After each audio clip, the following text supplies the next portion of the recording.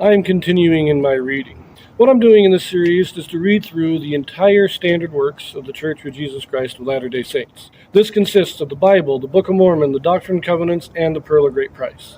I am continuing reading in a chronological order, according to event, not according to publication or volume, so I'm skipping around a bit as I move along. We continue in our reading of the Gospels. Again, we are on the day before the Passover, which will begin the last week of Christ's ministry and leading up to his atoning sacrifice. Now, at this time, he's been preaching in the temple, and minor contentions with the Jews kind of shut him up, and then he starts to leave. The people, they kind of praise the temple, and Christ says it's going to be destroyed. So the apostles then, when they get out onto the Mount of Olives, ask him in private to explain to them this. When will it be destroyed? How will it be destroyed? What is the end of the world?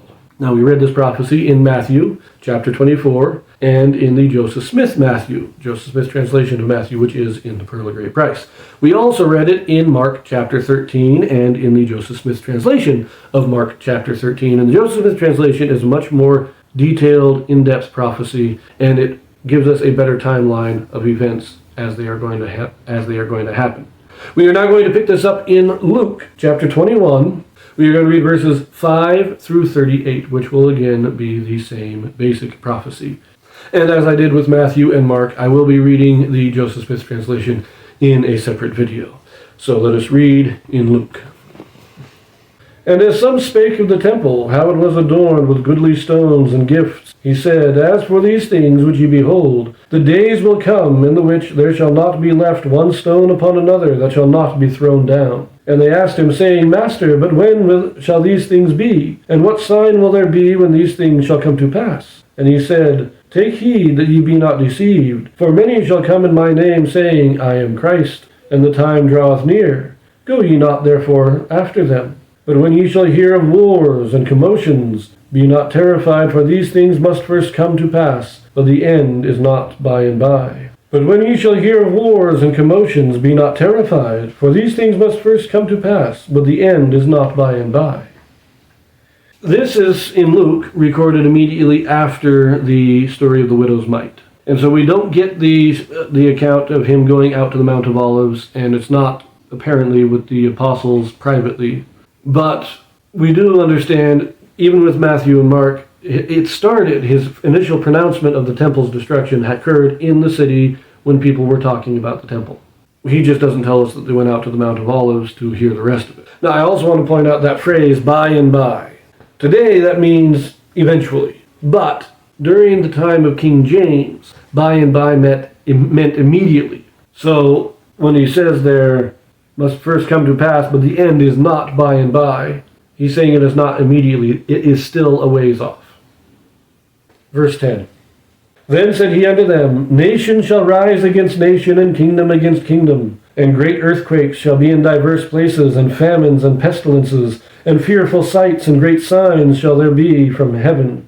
But before all these things they shall lay their hands on you, and persecute you, delivering you up to the synagogues and into prisons, being brought before kings and rulers for my name's sake. And it shall turn to you for a testimony. Settle it therefore in your hearts, not to meditate before what ye shall answer. For I will give you a mouth and wisdom, which all your adversaries shall not be able to gainsay, nor resist. And ye shall be betrayed both by parents and brethren, kinsfolk and friends, and some of you shall they cause to be put to death. And ye shall be hated of all men for my name's sake. But there shall not an hair of your head perish. In your patience possess ye your souls. Now, this portion was in the King James of Mark. I can't remember if it was in Matthew, but it's not in the Joseph Smith translation.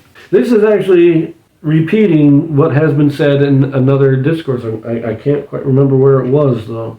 Now, this portion of, take no thought of what you will say, that you will be delivered up, and I will give you what you're going to say and all that. That is also in Mark in the King James, but it's not in the Joseph Smith translation. It is a repeat of what Christ told the apostles when he first ordained them and sent them out, as recorded in Matthew chapter 10.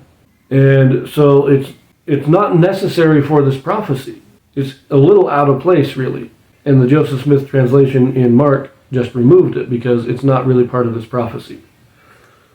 And when ye shall see Jerusalem compassed with armies, then know that the desolation thereof is nigh.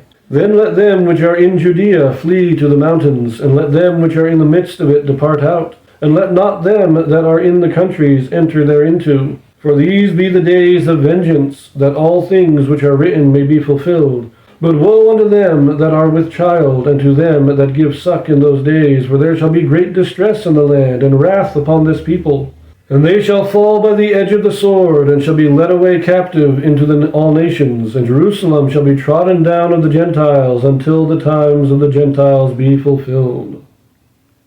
So this is clearly a prophecy of the destruction of Jerusalem that would immediately come after Christ's death. Not, when I say immediately, in 70 AD, the temple is destroyed, the city is sacked by the Romans, and by the mid-2nd century, the Jewish nation is completely gone, and the people are scattered throughout the nations of the Gentiles. So that's what we're talking about here. Verse 25.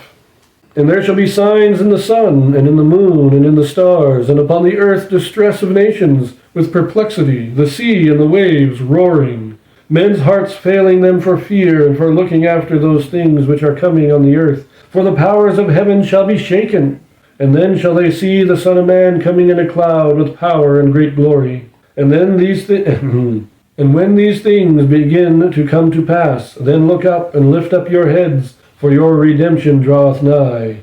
And he spake to them a parable. Behold the fig tree, and all the trees, when they now shoot forth, ye see and know of your own selves that summer is now nigh at hand. So likewise ye, when ye see these things come to pass, know that the kingdom of God is nigh at hand. Verily I say unto you, this generation shall not pass away till all be fulfilled. Heaven and earth shall pass away, but my word shall not pass away.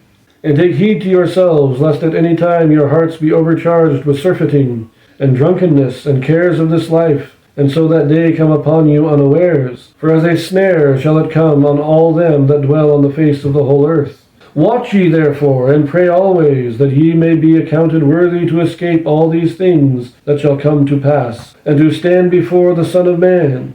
And in the daytime he was teaching in the temple, and at night he went out and abode in the mount that is called the Mount of Olives. And all people came early in the morning to him in the temple for to hear him.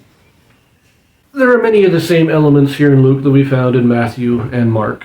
It calls it commotions instead of wars. It does talk about earthquakes. We have this generation shall not pass away. There's many elements that are the same, but Luke seems to be very much condensed and even a little bit more confused than Mark was, in my opinion. Now, you can find in the footnotes and in the appendix a number of the Joseph Smith translations here that do clarify a number of things, but I'm just going to leave that here because it really is the same prophecy. We can see it's the same prophecy.